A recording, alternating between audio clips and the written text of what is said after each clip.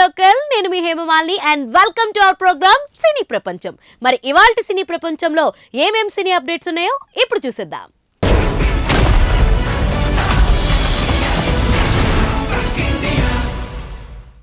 రాజమౌళిని follow అయిపోతున్న నాగి ఇంతకీ ఏ విషయంలో ఇప్పుడు తెలుసుకుందాం. సినిమా రిలీజ్ అయ్యే వరకు కథ గురించి క్లారిటీ ఇవ్వకుండా నేరుగా థియేటర్లో ప్రేక్షకులను ఆశ్చర్యపరచాలని చూసే దర్శకులు కొందరైతే, మరికొందరు మాత్రం కథ ఏంటో ముందే క్లియర్గా చెప్పేసి ప్రేక్షకులు తామేం చూడబోతున్నామో ప్రిపేర్ చేసి థియేటర్లకు తీసుకొచ్చేవారు ఇంకొందరు. దర్శకధీరుడు రాజమౌళి రెండో కోవకే చెందుతాడు. చాలా వరకు ఆయన సినిమాల్లో కథేంటో ముందే తెలిసిపోతుంది. ఈగ, ఆర్ఆర్ఆర్ సహా కొన్ని చిత్రాలు కథేంటో రాజమౌళి ప్రెస్ మీట్లలోనే స్వయంగా వెల్లడించడం గుర్తుండే ఉంటుంది. మిగతా సినిమాల కథను ట్రైలర్ల రూపంలో తెలియజేస్తాడు. ఇప్పుడు యువ దర్శకుడు నాగశ్విన్ కూడా ప్రేక్షకులు కల్కిలో చూడబోయేదేంటో ముందే చెప్పడానికి ప్రయత్నించాడు. ఇప్పటిదాకా రిలీజ్ అయిన కల్కి ప్రోమోలు చూస్తే కథ విషయంలో ప్రేక్షకులు కొంచెం కన్ఫ్యూజ్ అవుతున్నారు. ఇదే కన్ఫ్యూజన్తో థియేటర్లో అడుగు పెడితే కష్టం అనుకున్నాడో ఏమో. రిలీజ్ ముంగిట ఈ సినిమా కాన్సెప్ట్ సహా కొన్ని ముఖ్య విషయాలను విడమరిచి చెప్పే ప్రయత్నం చేస్తున్నాడు నాగి. షెడ్యూల్లో చెప్పిందే కాక ముంబైలో జరిగిన ప్రీ రిలీజ్ ఈవెంట్లోనూ కథ గురించి వివరణ ఇచ్చాడు నాగి. అతను చెప్పిన ప్రకారం కల్కి కథ 3 ప్రపంచాల మధ్య నడుస్తుంది. అందులో ఒకటి కాశీ. ప్రపంచంలో ఏర్పడిన తొలి నగరంగా పేర్కొన్న కాశీ చివరి నగరంగా మారే పరిస్థితి ఆలోచనతోనే ఈ కథ మొదలవుతుంది. అక్కడి ప్రజలు దుర్భర జీవనం అనుభవిస్తుంటారు. అదే సమయంలో పిరమిడ్ ఆకారంలో ఉండే ప్రదేశమే కాంప్లెక్స్. ఆకాశంలో కిలోమీటర్ల మేర ఉండే ఆ ప్రాంతంలో సకల సౌకర్యాలుంటాయి. కాశీ ప్రజలు కాంప్లెక్స్ కు వెళ్లి అక్కడున్న వాటిని ఆస్వాదించాలనుకుంటారు. కానీ అక్కడికి వెళ్ళడానికి మిలియన్లు కొద్దీ యూనిట్స్ ఉండాలి. జీవితాన్ని పణంగా పెట్టి అక్కడికి వెళ్లాల్సి ఉంటుంది. మరోవైపు సంబాలా అనే మరో రహస్య ప్రపంచం కూడా ఉంటుంది. కల్కితో ఆ ప్రపంచానికి లింక్ ఉంటుంది. 3 ప్రపంచాలు ఒకదాంతో ఒకటి కనెక్ట్ అవుతూ ఆ సంఘర్షణలో నడిచే కథే కల్కి అట.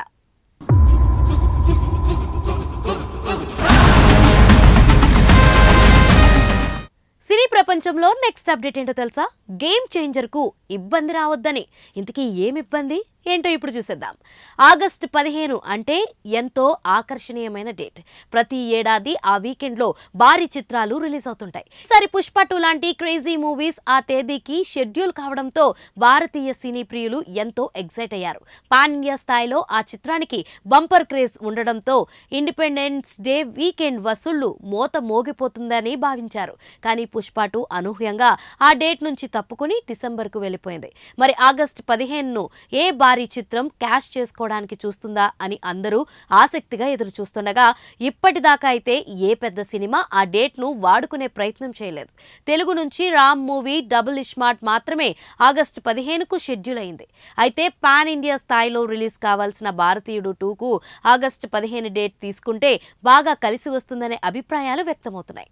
ఇండియన్ 2 టీం కూడా ఆ దిశగా ఆలోచిస్తున్నట్లుగా వార్తలొచ్చాయి. కానీ అన్ని పరిశీలించాక ఇండియన్ 2 టీం ఆగస్టు 15 రిలీజ్ విషయంలో వెనక్కి తగ్గింది. ఇంతకు ముందు ప్రకటించినట్లే జూలై 12న ఈ చిత్రాన్ని రిలీజ్ చేయబోతున్నారు. ఇందుకోసం ఈ నెల 21న యుఎస్ ప్రీమియర్ బుకింగ్స్ కూడా మొదలు పెట్టేస్తున్నారు. ఈ విషయాన్ని నిర్మాణ సంస్థ లైకా ప్రొడక్షన్స్ కూడా ధృవీకరించింది.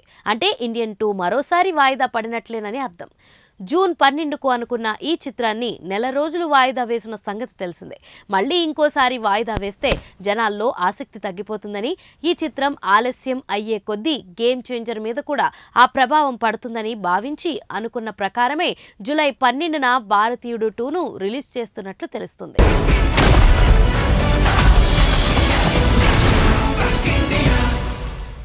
సినీ ప్రపంచంలో మన నెక్స్ట్ అప్డేట్ వింటేజ్ డార్లింగ్ గుర్తుకొచ్చాడుగా. నిజంగా మీకు కూడా గుర్తుకొచ్చాడా? ఇంతకీ ఎప్పుడు, ఎలా, ఏంటి ఇప్పుడు తెలుసుకుందాం. ఆది పురుష్ నుంచి ప్రభాస్ లుక్స్ మీద సోషల్ మీడియాలో రకరకాల కమెంట్లు కనిపిస్తూ వచ్చాయి. కొందరు యాంటీ ఫ్యాన్స్ ట్రోలింగ్ చేసేందుకు వెనకాడలేదు.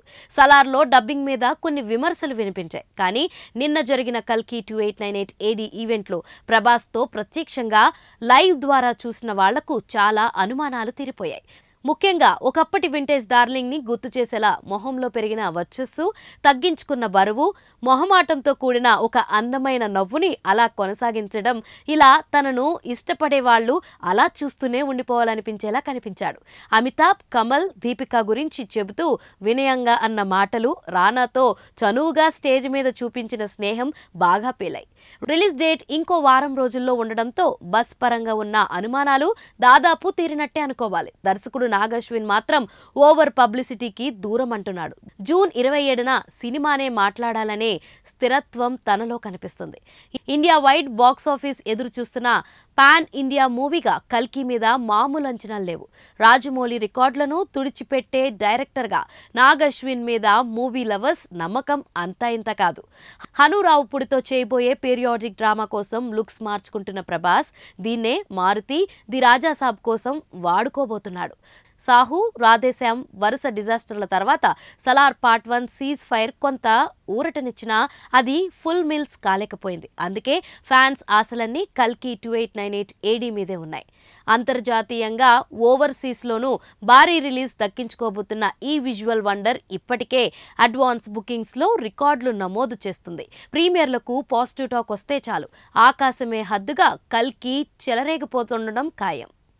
సినీ ప్రపంచంలో మన నెక్స్ట్ అప్డేట్. జూన్ 21కి ఏకంగా చిన్న సినిమాలన్నీ కూడా దాడి చేసేస్తున్నాయి. ఇంతకీ ఏంటా సినిమాలు ఇప్పుడు చూసేద్దాం. వచ్చే వారం కల్కి 2898 AD విడుదల నేపథ్యంలో జూన్ 21న ఇమేజ్ ఉన్న సినిమాలేవి రిలీజ్కు సహకరించడం లేదు. తక్కువ గ్యాప్లో సునామీలా విరుచుకుపడే ప్రభాస్ని తట్టుకోవడం కష్టం కాబట్టి మీడియం రేంజ్ హీరోలు సైతం నో ఫ్రైడే అనేస్తున్నారు. ఈ నేపథ్యంలో చిన్న చిత్రాలు తమ అదృష్టాన్ని పరిష్కరించుకోబోతున్నాయి. వరుణ్ సందేశ్ నటించిన నింద వాటిలో కాస్త చెప్పుకోదగినది. టీం నాన్ స్టాప్గా ప్రమోషన్స్ చేస్తుంది. సోషల్ మీడియాలోనూ వీలైనంత ఫోకస్ వచ్చేలా చూస్తున్నారు కానీ అంచనాల పరంగా దీని మీద జనాల దృష్టి పడడం లేదు. ఇది క్రైమ్ థ్రిల్లర్గా రూపొందింది. దెయ్యాల ట్రెండ్ ఈ సంవత్సరం గట్టిగా ఉంది. కొన్ని హిట్ అవుతున్నాయి, కొన్ని ఫట్ అవుతున్నాయి. అయినా తాకిడి ఆగడం లేదు.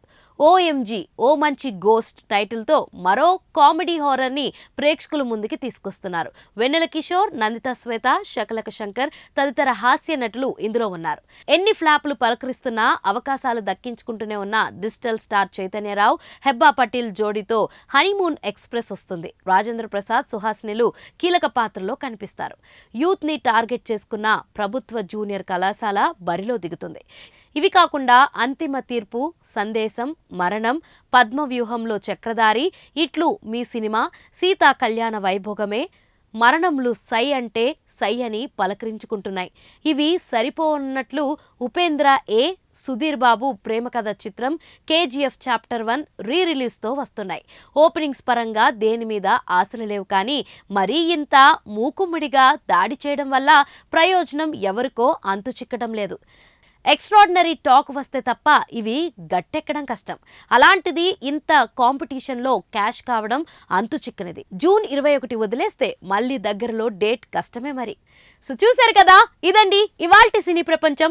మరొక ఇంట్రెస్టింగ్ అప్డేట్స్తో మళ్ళీ కలుసుకుందాం. అప్పటి వరకు చూస్తూనే ఉండండి పూరా local. This is your Hemamalini signing off. Bye.